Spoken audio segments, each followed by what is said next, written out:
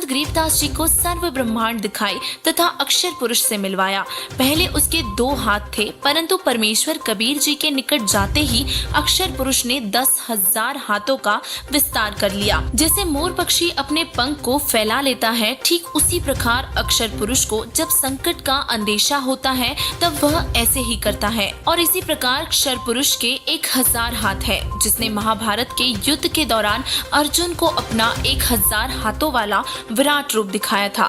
परमेश्वर कबीर जी ने संत गरीबदास जी को 12वें द्वार के सामने ले गए, जो अक्षर पुरुष के लोक की सीमा पर बना हुआ है। परमात्मा कबीर जी ने मन ही मन में सार शब्द का जाप किया, जिससे 12वां द्वार खुल गया।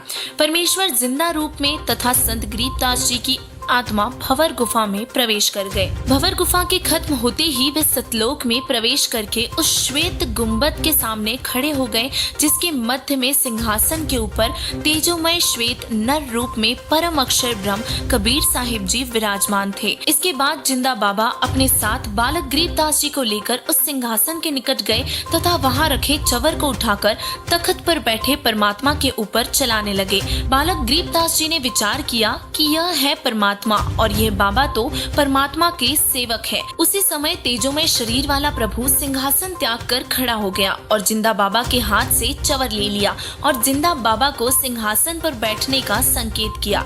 जिंदा वेशधारी प्रभु असंख्य ब्रह्मांडों के मालिक के रूप में सिंहासन पर बैठ गए और फिर पहले वाला तेजोमय प्रभु जिंदा बाबा पर चवर करने लगा। इस अद्भुत लीला को देखकर संत गरीबदास जी विचार कर ही रहे थे कि इनमें परमेश्वर कौन हो सकता है। इतने में तेजोमय शरीर वाला प्रभु जिंदा बाबा वाले शरीर में समा गए। दोनों मिलकर एक हो गए और कुछ ही क्षणों में परमेश्वर बोले, हे गरीबदास, मैं असंख्य ब्रह्मांडों का स्वामी हूँ। मैंने ही सर्व ब्रह्मांडों की रचना की है। सर्व आत्माओं को वचन से मैंने ही रचा है। मैं 120 वर्ष तक पृथ्वी पर कबीर नाम से जुल्हाय की भूमिका करके आया था।